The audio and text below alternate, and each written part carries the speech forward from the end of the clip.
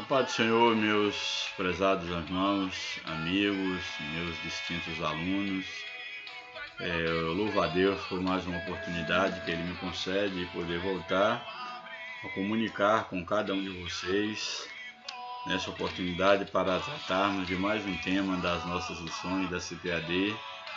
Hoje a lição de número 3, ela nos traz um tema muito interessante, fala sobre o ciúme, o mal que prejudica a família. Essa lição ela vai tratar da questão, mais especificamente falando, do ciúme, a família e aqui o ciúme entre os irmãos. E aqui temos como personagem, uma das personagens que foi foco da nossa lição anterior, quando nós falamos sobre a predileção dos pais por um filho, quando nós tratamos do problema de Isaac e Rebeca, quando ali nós apresentamos que Isaac ele amava a Esaú e Rebeca amava a Jacó. E agora nós temos em foco agora a figura de Jacó tendo preferência por um dos seus filhos, o filho da sua velhice. E isso trouxe um grande problema, um grande prejuízo na família de Jacó. Então o ciúme será o tema aqui em foco, mas eu quero fazer aqui uma observação em relação à questão do ciúme, uma vez que nós podemos aqui fazer uma leitura equivocada, principalmente aqui do que é proposto na verdade prática. Eu vou ler os textos e vou fazer uma pequena observação em relação à questão do ciúme. E no textuário diz o seguinte: porque onde há inveja e espírito faccioso, aí há perturbação e toda obra perversa. Aqui a inveja, a facção e outros sentimentos negativos, como obras da carne, elas têm tudo isso, pode ter como base o ciúme. E como consequência dessas obras da carne, no ambiente onde há esses sentimentos, aqui a lição coloca que há perturbação e todo tipo de perversidade. Isso é algo muito interessante, mostrando o quanto é destrutivo a questão desses sentimentos negativos, às vezes alimentado por um ciúme descontrolado. E aí, na verdade prática, o comentarista apresenta: o ciúme é uma obra da carne e só o fruto do Espírito é capaz de superar as consequências ruins dessa emoção. Aqui eu quero já fazer uma observação, vou procurar não me deter ou não me prolongar aqui no comentário da lição, pois na verdade, uma vez que o ciúme aqui, o conceito, ou pelo menos a leitura que o comentarista da lição faz do ciúme, ele faz aqui o ciúme como sendo uma obra da carne que deve ser combatida pelo fruto do Espírito, e que essa emoção é uma emoção ruim, uma emoção negativa, e como obra da carne é um pecado, é algo que desagrada a Deus e que deve ser combatido pelo fruto do Espírito. Eu quero ponderar assim a afirmação assim direta do comentarista na verdade prática, ponderar um pouco, sustentando aqui a tese, mostrando que o ciúme é um sentimento humano. O ciúme ele é um sentimento humano, e o problema não está na questão do ciúme em si. Eu vejo que o problema está na falta de controle do ciúme, ou seja, num ciúme descontrolado. Que na verdade, como é sinônimo do ciúme, a gente pode ter, por exemplo, o conceito do cuidado, da ocupação com o outro, e até mesmo uma forma de expressar amor também, por que não? Quando você ama alguém, você também, de uma certa forma, você tem uma dose de ciúme, não um ciúme descontrolado, reflexo de uma paixão, mas um ciúme, um reflexo do amor que cuida, que quer o bem do outro, que se preocupa, que quer saber onde o outro está, que, é claro, não se sente bem quando o outro está, no caso, sendo desviado do foco, não quer perder o outro, no sentido de por falta do próprio cuidado em si. Então, nesse sentido, a gente tem que ter um certo cuidado, que eu achei assim um tanto quanto totalitária a afirmação aqui da verdade prática, em colocar o ciúme como sendo uma obra da carne, como se fosse uma atitude maligna, algo que deve ser banido do homem, quando na verdade todos nós sabemos que, é claro, o ciúme é algo humano, sim, sem sombra de dúvida.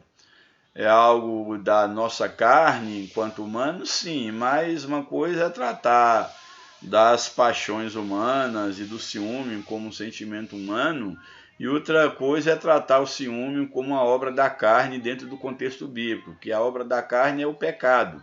E a Bíblia diz que aqueles que seguem a obra da carne, esses não verão o reino de Deus.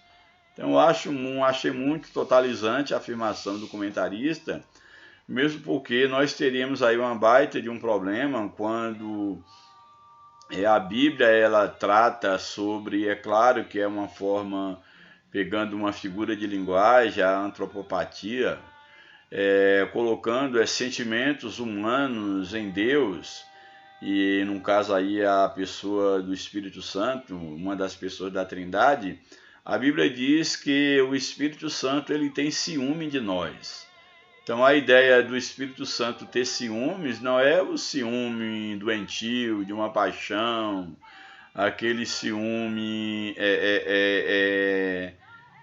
exagerado no sentido humano, descontrolado, possessivo, que sufoca o outro. Não é nada disso.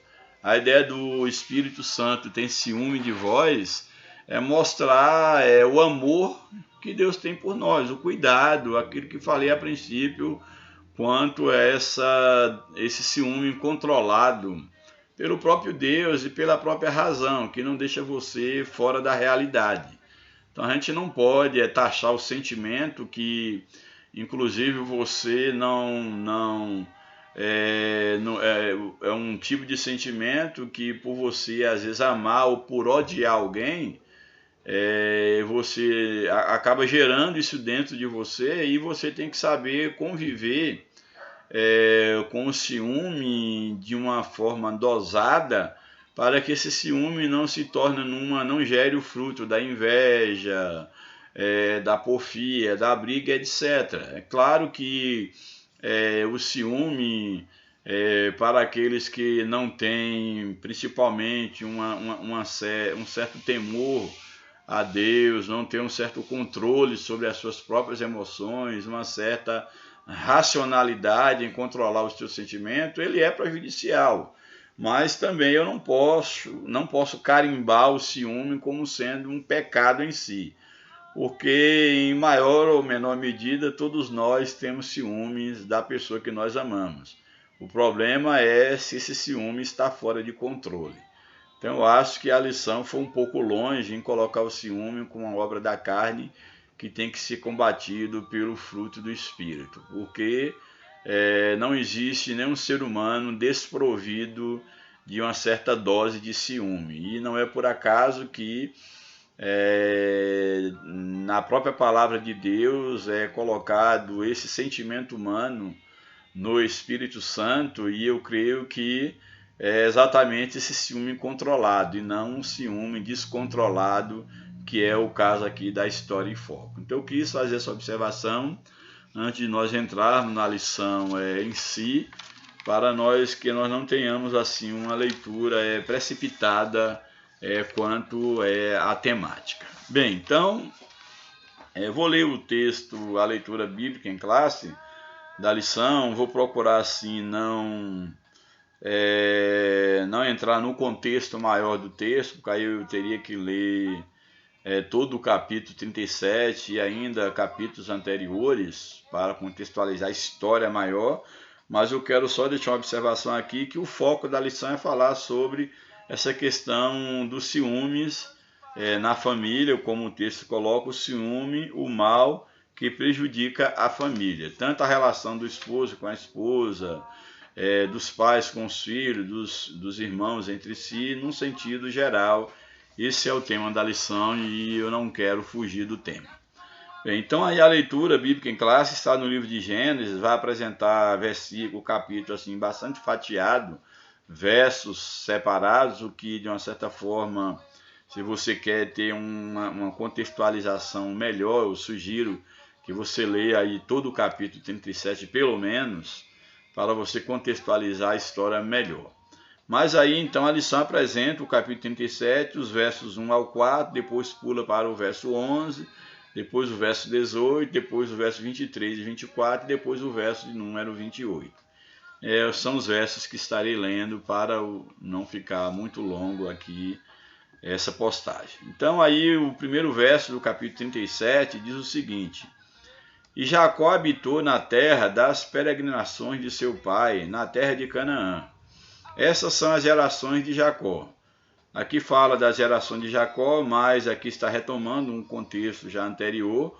O que de fato aqui vai apresentar nesse capítulo é a história mesmo de José e a ira dos irmãos contra José e o que causou essa ira, esse ciúme. Mais especificamente, o contexto aqui ele não aborda necessariamente as gerações, nome dos filhos de José, quem era a mãe desses filhos, não é necessariamente isso que é abordado, apesar de que quando o texto ele começa aí no primeiro verso, e Jacó habitou na terra das suas peregrinações, na terra de Canaã, e estas são as gerações de Jacó, aí está retomando algo que já é dito anteriormente e vai trazer mais em foco a história de José aqui, especificamente falando. Então aí no verso 2, essas são as gerações de Jacó, sendo José de 16 anos, 17 anos, melhor dizendo, apacentava as ovelhas com seus irmãos, e estava este com os filhos de Bila e com os filhos de Zilpa, mulheres de seu pai. E José trazia uma má fama deles a seu pai. Então mostra aqui que José ele tinha vários irmãos e o seu pai, no caso Jacó, tinha outras mulheres. Aqui é citado o nome de Bila e Zilpa, que eram, no caso, esposas também de Jacó, e com as quais ele teve basicamente quase todos os seus filhos.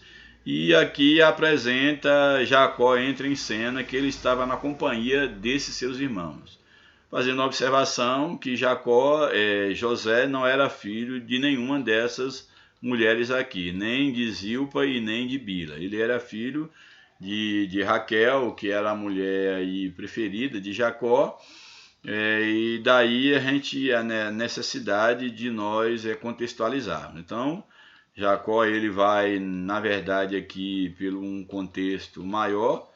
Nós vamos ver aqui essa questão dos filhos de Jacó, etc. Jacó que ao ter um encontro com Deus passa a ser chamado Israel, o qual vai ser aí o pai das 12 tribos, etc. Mas aqui eu não vou entrar no contexto.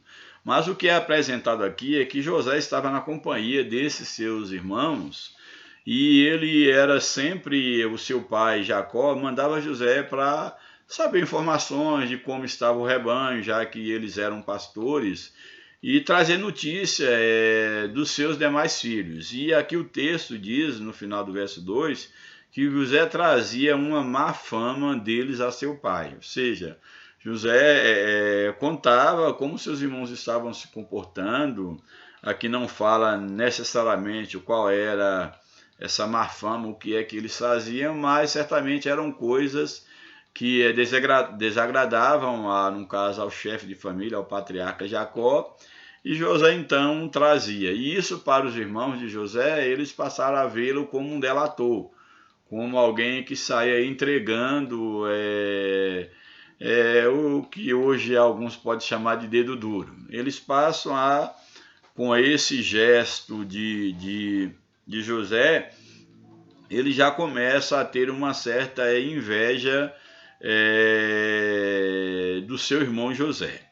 E aí o verso 3, Israel amava, e isso é muito significativo, porque o verso 3 ele diz de maneira muito clara que Israel amava mais a José do que a todos os seus filhos, porque era filho da sua velhice. Então aqui está agora aqui Jacó, que aqui é chamado de Israel, cometendo o mesmo erro da sua mãe Rebeca e do seu pai Isaac, que é tendo predileção por um dos filhos. E isso gerou problema naquele contexto, e agora Jacó está cometendo o mesmo erro que o seu pai e sua mãe havia cometido. Então diz o texto de uma forma muito clara que Jacó amava mais a José do que todos os seus filhos, porque era filho da sua velhice. E a questão dele ser velho, a questão do filho estar mais por perto, tudo isso contribuiu para que Jacó se apegasse mais a José. E certamente o temperamento, a personalidade de José, que cada filho tem um temperamento diferente, isso acabou também cativando mais ainda o amor de Jacó. E para completar, além desse amor que ficava patente aos olhos dos seus irmãos, diz que Jacó, aqui Israel, fez para José uma túnica de várias cores, o que causou mais ainda, aumentou mais o ciúme e as consequências do ciúme no coração dos seus irmãos, porque essa túnica colorida não era algo comum. Dentro daquele contexto, a túnica de pessoas como ele, seus irmãos pobres, geralmente era uma túnica de uma única cor, de uma lã, algo mais rústico, e de quem tinha uma posse maior poderia ter até uma túnica com duas cores, mas uma túnica colorida era algo que era uma veste da realeza, era uma veste da realeza, era um tecido especial, um pano especial para fazer esse tipo de túnica que diferenciava a questão da própria classe social. Então essa túnica que Israel, aqui Jacó manda fazer para José, o tornava, ficava bem patente a sua predileção por José, em detrimento dos seus irmãos, Então imagine que isso aí já demonstrava, e da sequência, de um contexto maior, aí vem os sonhos de José, etc., dando a entender que é como se José fosse governar sobre seus irmãos, como se de uma certa forma demonstrasse a questão da primazia, de uma maior porção na herança, enquanto herdeiro de Jacó. Tudo isso remetia à ideia dessa túnica colorida. Então foi um grande erro do patriarca aqui, pelo menos aos olhos humanos, é claro. Havia um propósito maior de Deus por trás de tudo isso, inclusive até de permitir Jacó ser alvo de tanta inveja e de tanto ciúme e inveja dos seus irmãos. Mas o certo é que dentro desse contexto aqui, ao fazer essa túnica colorida para José, isso só fez aumentar a ira dos seus irmãos contra José. Aí o verso de número 4. Vendo, pois, seus irmãos que seu pai o amava mais do que a todos os seus irmãos, aborreceram-no e não podiam falar com ele pacificamente. Já tratavam com aspereza, já não suportavam, na verdade, a presença de José, além da questão de José ser o queridinho do papai, além de José trazer as más notícias sobre ele, o pai agora ainda faz uma túnica diferenciando José dos seus irmãos. Isso só fazia, é claro, aumentar o ódio dos seus irmãos por José. E aí no verso 11, o texto pula para o verso 11, seus irmãos, pois, o invejavam, seu pai, porém, guardava esse negócio no seu coração. Aqui já, é claro, já saltou aqui um contexto, daqui do verso 11, entre o verso 4 e o verso 11, há outros fatores muito interessantes, por exemplo, os sonhos que José teve. A Bíblia fala, os irmãos de José passam a chamá-lo de sonhador, e aí quando ele, pelo menos da última vez, quando ele foi procurar saber notícia dos seus irmãos, a Bíblia deixa registrado que eles falaram: lá vem o sonhador. E José aqui, depois, além da túnica que ele tinha dos pais, a Bíblia vai relatar aí entre o verso 4 ao verso de número 11, ele vai relatar os sonhos de José, que José ele teve pelo menos 2 sonhos relatado. O primeiro é que ele estava no campo, isso ele contando os sonhos para os seus irmãos, que eles estavam atando feixe ou molho, certamente de trigo. Aí José diz que o molho dele fica de pé no sonho e o dos seus irmãos se inclinam perante ele. Se inclinam perante ele. E isso, é claro, isso vai trazer no coração dos irmãos de José um problemaço, porque eles percebem que através daquela fala de José, ele estava dando a entender que num futuro eles seriam servos de José. Isso, é claro, era algo que eles não podiam tolerar. Então, esse sonho, por exemplo, está aí no verso de número 5, quando diz assim, José, aí do capítulo 37, José teve um sonho que contou a seus irmãos, por isso odiaram mais ainda.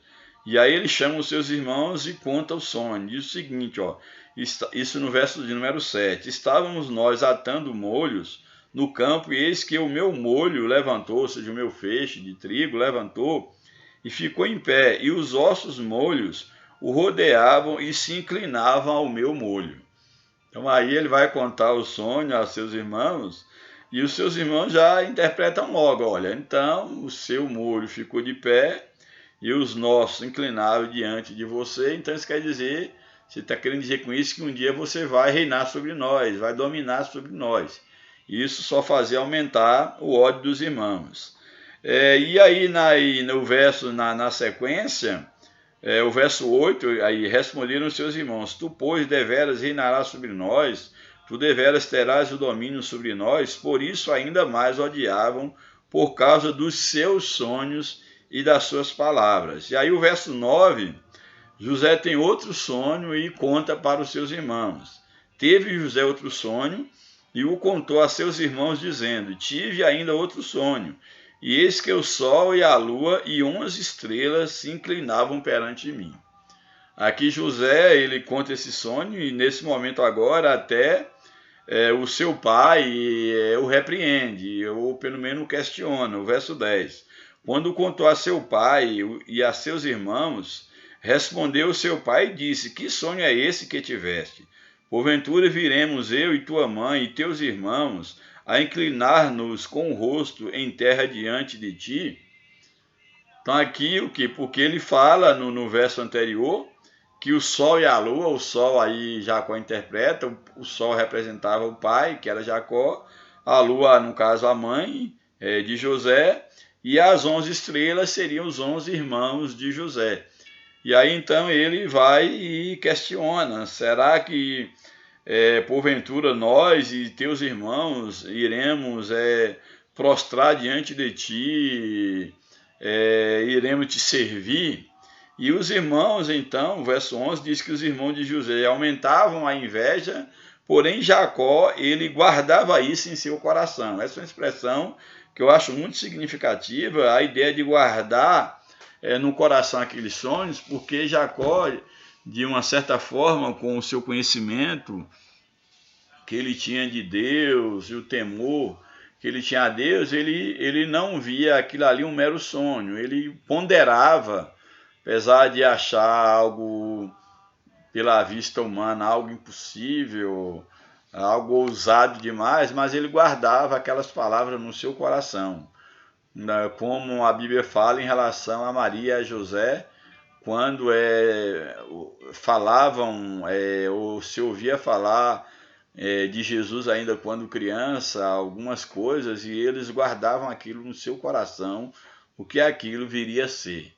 Pois para eles, então, eles sabiam que tinha um propósito na vida de Jesus, e esse propósito, é claro, já marcava pelo seu nascimento de uma forma sobrenatural. E aqui Jacó, então, ele guardava no seu coração o que viria a ser, no caso, aquele sonho ou os sonhos que José tinha. E aqui é interessante observar, e aí eu faço assim, uma pequena observação, não quero ficar viajando muito aqui no contexto, eu quero deter mais no texto em si, mas é a necessidade e o cuidado que nós devemos ter em relação a contar os nossos sonhos, para quem contarmos os nossos sonhos, porque muitas das vezes existem pessoas à nossa volta que elas aparentam serem nossos amigos ou amigas e na verdade não são. E às vezes você conta seus sonhos, ou seja, os seus projetos de vida para pessoas erradas que não devem, e essas pessoas elas acabam de uma certa forma, não como na história aqui, que os irmãos de José pretendiam matá-lo, na verdade, e por fim acabaram vendendo como escravo, mas eles tentaram eliminar a José. Talvez aquelas pessoas que estejam ao seu lado não chega ao ponto, ao absurdo de querer tirar a sua vida, mas pode matar os teus sonhos, os teus projetos, dizendo que você não tem capacidade, que isso é impossível de acontecer, que você tem que estar com os pés no chão. E com o passar do tempo, você vai absorvendo essas palavras e você para de sonhar. Isso é matar um sonho e, de uma certa forma, matar a carreira da tua existência, das possibilidades existenciais que você tem aí durante a sua vida, durante o seu período de existência. Daí o cuidado, José, certamente, por ser ainda um adolescente, inexperiente, ele acabou contava esses sonhos para seus irmãos, não percebia que os irmãos já tinham um ódio dele, e aí, no caso, isso só fez contribuir para com que o ódio aumentasse no coração dos seus irmãos. Então, tenha muito cuidado para quem você conte os seus sonhos. Mas o que o texto aqui nos apresenta é que, de fato, os irmãos eles passaram a ter ódio de José exatamente por causa tanto da questão da túnica nova que ele recebe, como também a questão dos seus sonhos, do tratamento diferenciado. Portanto, aí no verso 11, diz que seus irmãos, pois, o invejavam, seu pai, porém, guardava esse negócio no seu coração. Aí, pulando para o verso 18, e enviaram-no e viram, melhor dizendo, e viram-no de longe, e antes que chegasse a eles, conspiraram contra ele para o matarem. Aqui é quando José ele vai fazer uma visita aos seus irmãos, por ordem do seu pai, e aí quando eles veem José de longe, eles conspiram para poder matar José. E aí o contexto maior do texto, que aí do verso 18 a lição pula para o verso 23, mas entre o verso 18 até o verso 23, nós temos exatamente aí esse plano dos irmãos de José para poder matá-lo, e Rúben, ele se destaca como alguém que impede a morte do seu irmão, e aí como saída para livrar José da mão dos seus irmãos, ele sugere que José seja jogado numa cova, mas que ele não lançasse mão do irmão. E essa cova era uma cova que não tinha água, estava vazia e certamente não era muito funda. E aí Rúben faz isso na esperança de depois voltar para poder livrar José da mão dos seus irmãos. Porém, enquanto Rúben sai, aí vem passando uma caravana de ismaelita que estavam indo rumo ao Egito, e eles então, ali Judá, um dos irmãos de José, dá a ideia que eles deveriam, para que o sangue de José não caísse sobre eles, então seria uma boa ideia, uma boa saída que eles vendessem José como escravo. E eles fazem isso, eles vendem ali por 20 moedas, 20 peças ali de dinheiro, e José então é vendido como escravo para ali os ismaelitas, que acaba o levando para o Egito. Lá ele é vendido para Potifar, lá é o eunuco da guarda de Faraó, e aí todo desenrolar da história, que eu não vou entrar aqui contando a história, que não é o foco da lição. E aí, dentro desse contexto, eles vendem para os ismaelitas. Quando Rubem volta e ele procura José na cova para tentar tirá-lo da cova, José não está mais lá. E aí ele procura os seus irmãos, e aí a história é revelada, e aí ele, no caso, Rubens rasga as suas vestes, e ele se humilha como um protesto contra aquilo, porque dá a entender que ele era responsável pelo irmão mais novo.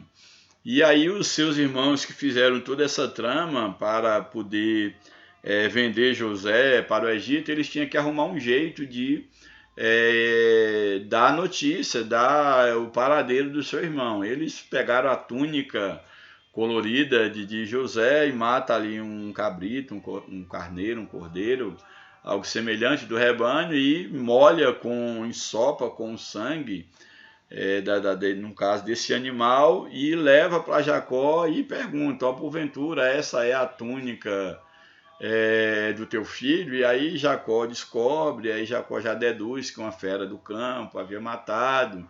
Eles vêm todos os irmãos tentando consolar Jacó. Jacó ele não queria ser consolado, e ele diz então que ele desceria à sepultura em tristeza para poder, no caso, ir ao encontro, no caso, do seu amado filho José. Esse é o contexto, contextualizando assim de uma forma bem rápida. Bem, então, o verso 23 diz: e aconteceu que, chegando José a seus irmãos, tiraram de José a túnica de várias cores que trazia, e tomaram-no, lançaram-no na cova, porém a cova estava vazia, não havia muita água nela. Aí vem o verso 28.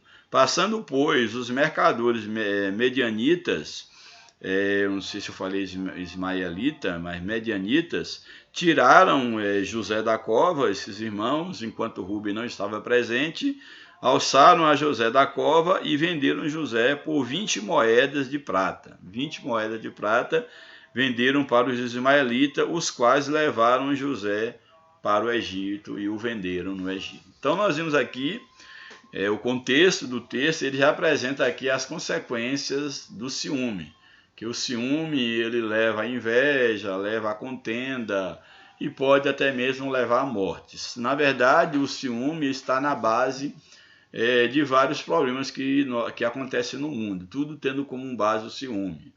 O ciúme pode levar uma pessoa a odiar a outra, a mentir, a levantar falsos testemunhos e até a tirar a vida de outro.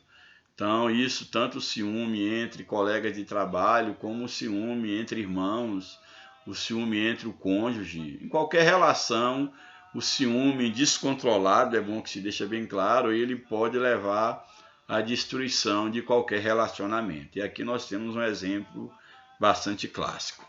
Bem, vamos para o comentário da lição. A introdução da lição nos diz o seguinte: a história dos filhos de Jacó não só é comovente, mas dramática. José, o filho mais amado do patriarca, foi alvo do ciúme dos seus irmãos. É verdade que Jacó tinha certa preferência por ele. Por isso, tornou-se uma pessoa de confiança do velho pai. José declarava todas as más ações de seus irmãos para o patriarca da família. Por esse motivo, eles o viram como um delator e merecedor das hostilidades que eles causavam a José. A lição de hoje não tem como objetivo de tratar dos aspectos gerais da história de José, como já falei, mas enfatizar essa relação de conflito dentro da família de Jacó. Vejamos as consequências para uma família em que a inveja e o ciúme estão presentes. Então é o que a lição aqui ela vai nos apresentar. O primeiro tópico da lição tem como título a falha no tratamento dos filhos. O primeiro subtópico nos diz o seguinte: a preferência de Jacó. Em Gênesis 37, lemos que Jacó amava a José mais do que a todos os seus filhos.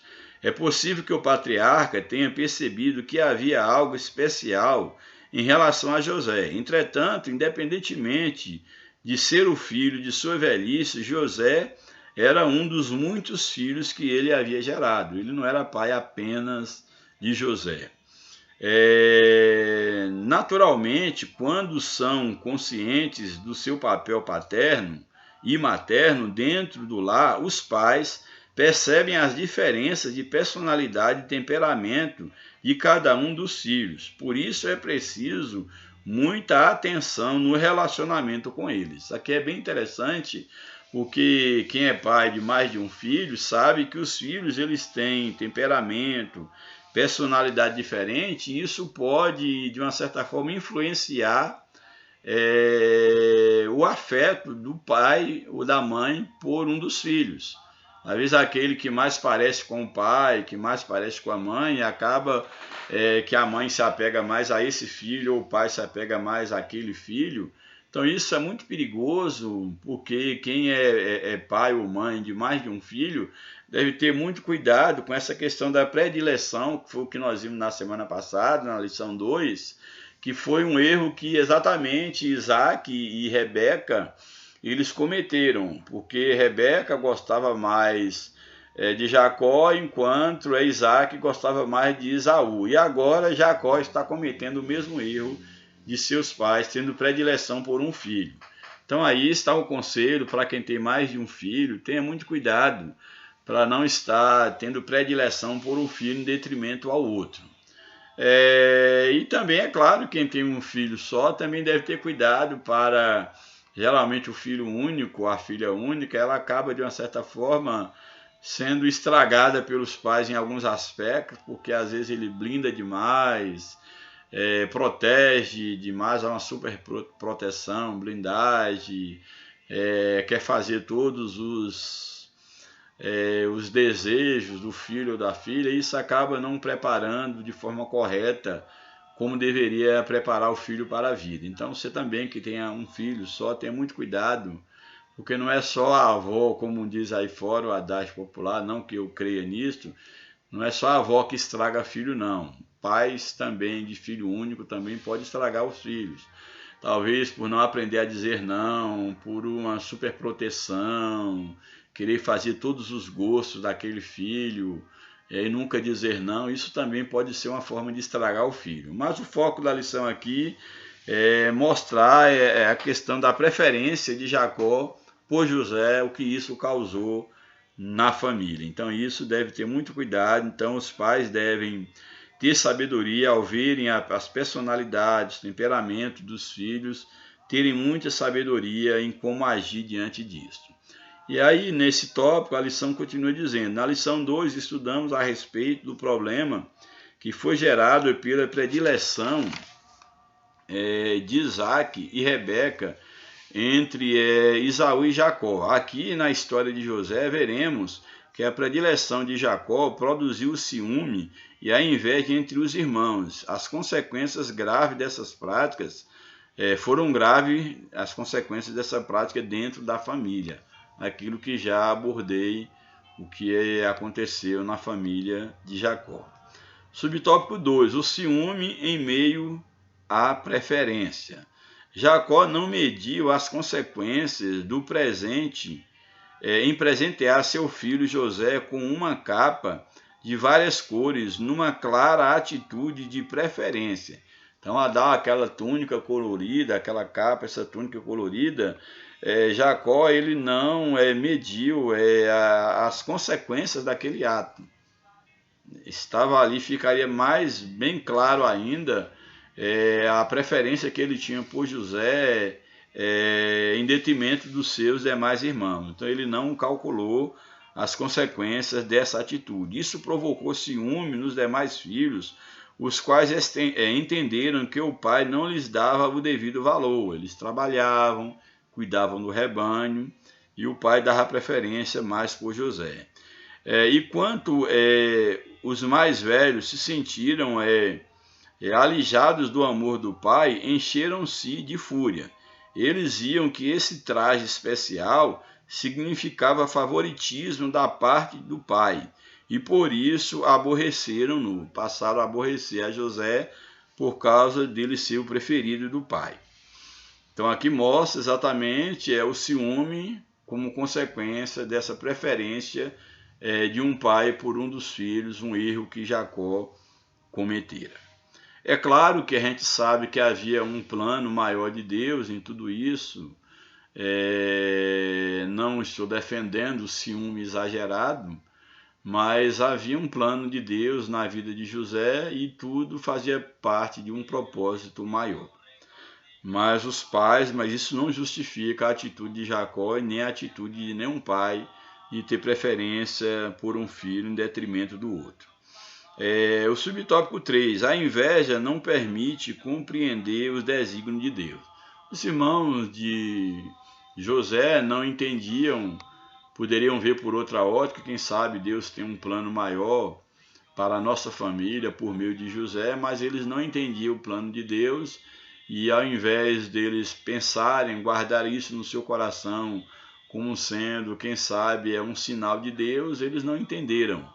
E isso só fizeram com que, no caso, a atitude que eles tiveram foram totalmente o contrário. Carnal, foi um ciúme descontrolado. Sim, esse é um ciúme enquanto obra mesmo da carne, que leva à inveja, à porfia, etc. Então eles, na verdade, a inveja não permitiu que eles compreendessem os desígnios divinos. Então, além desse presente do pai a José, também havia o sonho de José,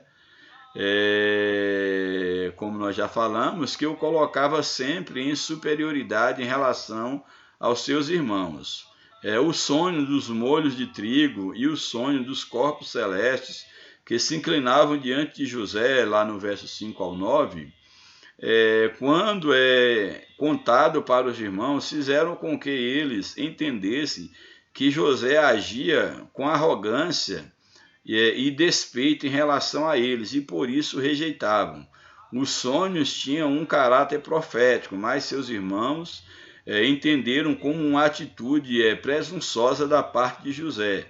Não podiam enxergar o que aconteceria alguns anos depois, quando José tornou-se governador do Egito. Quer dizer, os sonhos que José teve, de fato, eles se cumpriram, mas só que lá no futuro mais distante, quando José ele se torna governador do Egito e ele salva o mundo de então, ali dependente dentro do contexto do Império Egípcio, e também a sua própria família, ela é salva exatamente porque José se tornou governador.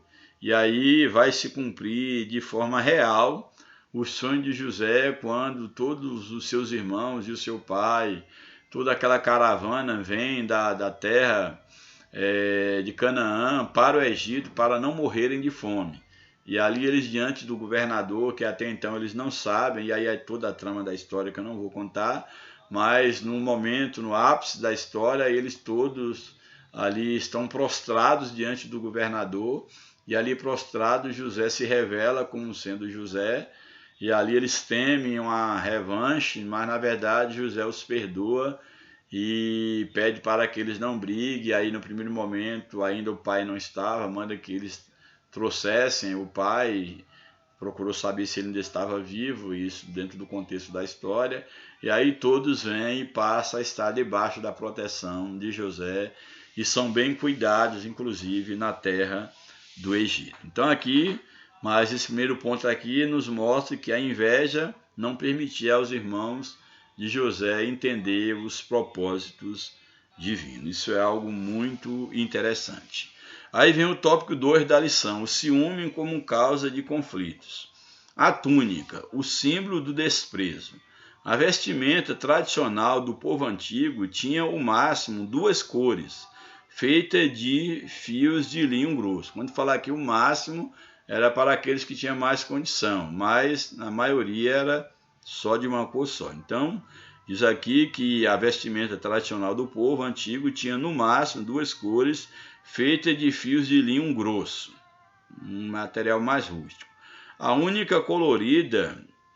túnica colorida de José o colocava em posição de destaque em relação aos outros filhos de Jacó, no caso a seus irmãos. Isso corroborava o sentimento de predileção de Jacó por José. O ciúme derivado dessa má atitude do patriarca promoveu tristes consequências na família de Jacó. Então essa túnica que era o símbolo do desprezo, ou seja, enquanto José ele era exaltado com a túnica colorida, os demais irmãos eram desprezados por causa dessa túnica. Então, essa túnica que Jacó dá ao seu filho José é exatamente um símbolo de desprezo que Israel agora, chamado Israel, ele estava tendo pelos seus demais filhos.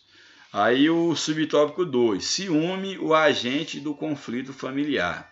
Os irmãos de José sentiam-se ignorados pelo pai. Por outro lado, em razão de desfrutar do favoritismo do pai, José agiu com inexperiência, imaturidade e uma pitada de arrogância, segundo o comentarista. Seus irmãos, com o orgulho ferido por causa da preferência paterna por José, não aceitavam sequer ouvir o filho preferido de Jacó. Por isso encheram-se de rancor e ódio, desejando até mesmo acabar com a vida do irmão, como eu já falei, contextualizei aí para vocês. É claro que de uma forma bastante panorâmica. O ciúme é uma emoção que tem origem no egoísmo. Aqui fala que o ciúme tem uma emoção no egoísmo, mas com aquelas vendas que eu coloquei no início, com a devida venda, a devida observação. Na verdade, aqui fala desse ciúme descontrolado, que ele tem origem exatamente no egoísmo, quando a pessoa quer tudo para si, quer o outro para si, quer os bens do outro para si, e aí ela é uma pessoa egoísta. Então isso é perigoso. Então o ciúme, aqui está colocando que o ciúme é uma emoção que ela tem origem numa atitude, num coração egoísta. Então deve-se ter muito cuidado. Então, aí na sequência, aí vai mostrar então o ciúme como agente do conflito. É comum uma infecção, que é comum uma infecção que se espalha pelo corpo doente. Aí no caso é o ciúme, esse ciúme doentio. A inveja, o rancor e o ódio geralmente tem no ciúme o nascedor. Então, o ciúme ele vai gerar a inveja, as brigas, as porfias, as contendas, tudo isso como são gerados a partir desse ciúme doentio, desse ciúme descontrolado. O ciúme desperta o furor, Provérbios 6:36. No Novo Testamento, o apóstolo Paulo mostra que tudo o que provoca contenda e dissensões tem como origem a carne. O ciúme no caso de ciúme doentio, é bom lembrar, esse ciúme descontrolado, ele é sim um pecado, ele é uma obra da carne. Aí vem a extensão do ciúme, subtópico 3. Na presente lição, analisamos o ciúme na relação entre os irmãos, mas ele está presente em muitas outras relações, ou seja, onde há o ciúme exagerado, estraga qualquer relação. Aqui coloca, por exemplo, o ciúme pode trazer problemas na vida conjugal, que mostra o ciúme exagerado, mostra a falta de confiança, mostra uma atitude de querer ter posse do outro, como se fosse um objeto do seu prazer para satisfazer as suas vontades. Esse é um tipo de ciúme doentio, descontrolado, perigoso, carnal, maligno. Então o ciúme ele pode trazer problema na vida conjugal, nas amizades sinceras. O ciúme pode estragar uma amizade sincera, um relacionamento profissional de patrão, empregado, o colega de trabalho querendo tomar o lugar do outro, que bem tem acontecido.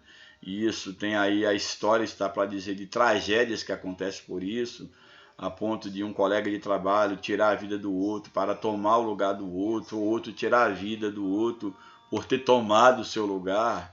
Então o ciúme, de fato, ele é descontrolado, ele estraga qualquer relacionamento. Geralmente, onde o ciúme está presente, existe mais desprazer e desgosto do que felicidade, onde há esse ciúme descontrolado. No ambiente onde o ciúme domina, sobram desconfiança, insegurança, controle e posse. É aquilo que eu falei, onde o ciúme, de forma descontrolada, ele domina, acaba trazendo o quê? Uma desconfiança do outro, a insegurança, e o ciúme também, esse ciúme é exagerado, isso é uma falta de capacidade, que você começa a invejar o outro, a insegurança, o controle e a posse sobre o outro, são terrenos férteis para o ciúme exagerado. Embora todas as pessoas tenham ciúme, pois trata de uma emoção humana, a linha entre o ciúme controlado e o descontrolado é muito tênue. Aqui é onde mora o perigo. A questão é você manter o controle sobre o ciúme. Às vezes uma pitada de ciúme, ela faz bem o relacionamento? Faz. O problema é que a linha é muito tênue entre o controle do ciúme e esse ciúme descontrolado, que se torna uma obra da carne e é a origem para muitos males, dos quais a Bíblia diz que os que praticam não herdarão o reino dos céus. E, por fim, o tópico 3 da lição. Os males do ciúme. O ciúme pode causar tragédias familiares. Não são poucas as notícias de tragédias conjugais em que o ciúme é a causa. Não são poucos casos em que pessoas prejudicam as outras por causa do ciúme. Não foi diferente no tempo de Jesus, em que a casta sacerdotal, o sacerdócio daquela época, os sacerdotes daquela época tiveram inveja do ministério de Jesus e eles foram peças fundamentais na morte de Jesus. Basicamente, quem matou Jesus foram os religiosos. Jesus foi morto mais pelo peso da religião do que da política.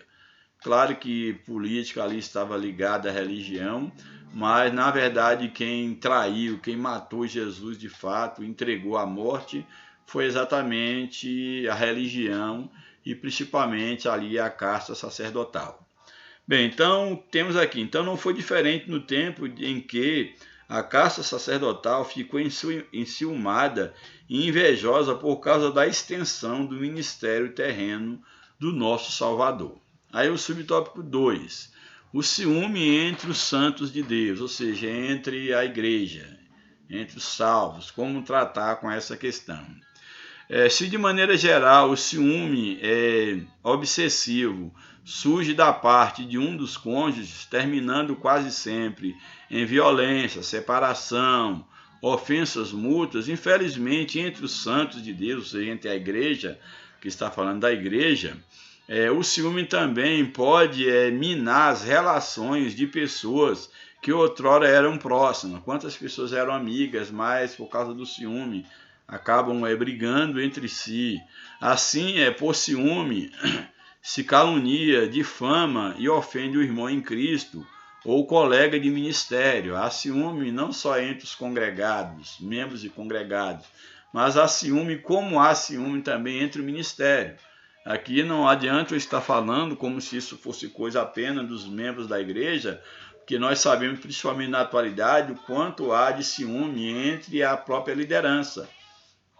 Às vezes a liderança ela tem ciúme de um membro que se destaca, que tem um potencial, que tem um chamado divino, inclusive, para o pastoreio, para mestre, e ele se sente ameaçado e ele procura matar a carreira dessa pessoa. Isso é algo que eu tenho experiência de sobra dentro da minha vivência cristã. Isso já convivi com isso e tenho visto muitos casos semelhantes. Então o ciúme ele pode atingir a relação entre irmãos como a relação de um líder em relação aos seus liderados, como a relação de um auxiliar em relação a um diácono, um presbítero, a um pastor em relação aos seus subordinados, ou um pastor concorrendo com o outro. Isso nós vemos aí casos de pastores, como aconteceu um caso aqui há muito tempo, aqui em Conquista, de um pastor tramar a morte de uma pastora, exatamente devido ao ciúme, devido à inveja. Então, temos aí isso na igreja. Não adianta nós virmos a questão desse ciúme exagerado, esse ciúme doentio, descontrolado, como se fosse uma coisa só das pessoas que não têm um relacionamento com Deus, porque isso também acontece na religião, seja ela católica, evangélica, espírita, entre os cristãos também acontece. Há líderes aí, por exemplo, que andam torcendo para o fracasso do outro, para ele roubar as ovelhas, tomar os membros, tomar o lugar, se possível, comprar a igreja com os fiéis ou com os crentes, tudo junto. Então, o ciúme é algo que é um sentimento humano e que a gente deve ter cuidado, que ele pode brotar de uma forma exagerada. Essa linha tênue pode ser ultrapassada por qualquer pessoa, independente da posição social, da posição religiosa, se é um liderado ou é um líder, independente. Você deve vigiar o teu coração para não deixar com que o ciúme tome conta do seu coração e que você possa estar prejudicando o outro devido ao ciúme. Então, aí temos aí a observação aqui do comentarista, que o Espírito Santo guarde os nossos corações de modo que produzamos o fruto do amor e não sejamos cobiçosos de vanglória, provocando uns aos outros, tendo inveja uns dos outros. Gálatas 5, verso 25. E por fim, o último subtópico da lição, vencendo o ciúme. Em primeiro lugar, é preciso alimentar a mente com a palavra de Deus, porque a palavra de Deus é quem nos fortalece, quem nos direciona, é quem mostra a vontade de Deus, é uma das formas e a forma que nós temos na mão de nos mostrar qual é a vontade de Deus, como agir em determinado momento. Então, uma das formas é alimentar-nos da palavra de Deus. O que pensamos e o que está em nosso coração determina as nossas ações. Então, se meu coração está cheio da palavra de Deus, as minhas ações vão ser reflexo daquilo que eu coloco no meu coração. Mas se eu alimento o coração com exemplos, quem sabe de vídeos, de novela, de pessoas da vida real, e eu vou alimentando, tomando essas pessoas como modelo e alimentando o meu coração com esse tipo de atitude, isso vai, é claro, essas emoções que vai comandar as minhas ações. Em segundo lugar, é muito importante saber se a emoção do ciúme está impactando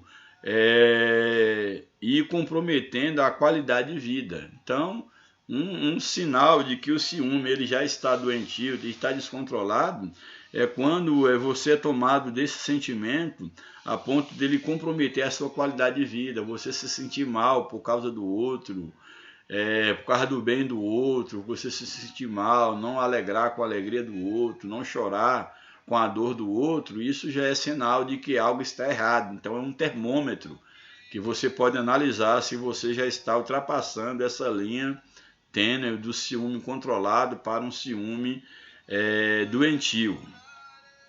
Se a constatação for afirmativa, que está prejudicando a sua qualidade de vida, é importante procurar ajuda pastoral com base na palavra de Deus, um aconselhamento com sabedoria. E, finalmente, considere com muita atenção o que o apóstolo Paulo ensinou a respeito do amor. O amor, ele é sofredor, ele é benigno, o amor não é invejoso, o amor não trata com leviandade, o amor não ensoberbece. Paulo vai descrevendo o amor tudo sofre, tudo suporta, ou seja, se de fato você ama alguém, você não vai querer ter aquela pessoa como um objeto do seu capricho. Então, vê quais são as características do amor, e se você vê que foge dessas características do amor verdadeiro, que é aquele que cuida, daquele que se ocupa do outro, no sentido de protegê-lo, de querer o bem do outro, mas esse sentimento já se está transformando num sentimento de posse do outro, já te levando a ter raiva, a ter inveja do outro, isso já é você já ultrapassou a linha do controle do ciúme, e isso já se torna pecado e é algo maligno, e as consequências elas desastrosas, elas serão inevitáveis. Então a palavra de Deus ainda é o melhor antídoto para tratar das emoções negativas, com certeza. Por fim, a conclusão da lição. O ardor emocional, denominado ciúme, deve ser impedido de prosseguir em seu caminho de destruição moral, física e espiritual. O apóstolo Paulo aconselha-nos a que andemos dignamente e evitemos contendas e ciúmes. Esse ciúme doentio. O único modo de deter o poder destruidor do ciúme é desenvolver o fruto do Espírito. Este desenvolve a nossa alma para a prática das virtudes cristãs e, ao mesmo tempo, enfraquece as emoções humanas provenientes dos vícios da alma. Nossa alma é cheia de vícios, e isso devido à consequência da queda, do pecado, que todos nós carregamos conosco, mas nós temos aí o fruto do Espírito para controlar as nossas emoções, para que nós não sejamos reféns de uma paixão doentio, de um ciúme doentio, mas que tudo esteja debaixo do controle do Espírito Santo. Que Deus nos ajude, que Deus nos abençoe. Eu procurei ser bem sucinto, bem direto na lição, apesar que o contexto aqui me tentou a falar mais coisas, mas eu tentei aqui me segurar para não ir muito além, para não ser enfadonho e não fugir do foco da lição. Então, que Deus nos guarde, que Deus nos oriente, que nós possamos aprender que o ciúme é um mal que prejudica não só a família, como também tanto a família física, quanto a família de Deus, quanto qualquer relacionamento. Que Deus nos ajude, que Deus nos abençoe. Um abraço, a paz do Senhor. Obrigado pela tua atenção e que Deus continue te abençoando. Oreis por nós e que Deus abençoe você e toda a sua família. Em nome de Jesus. Um grande abraço e até a próxima oportunidade, se Deus nos permitir.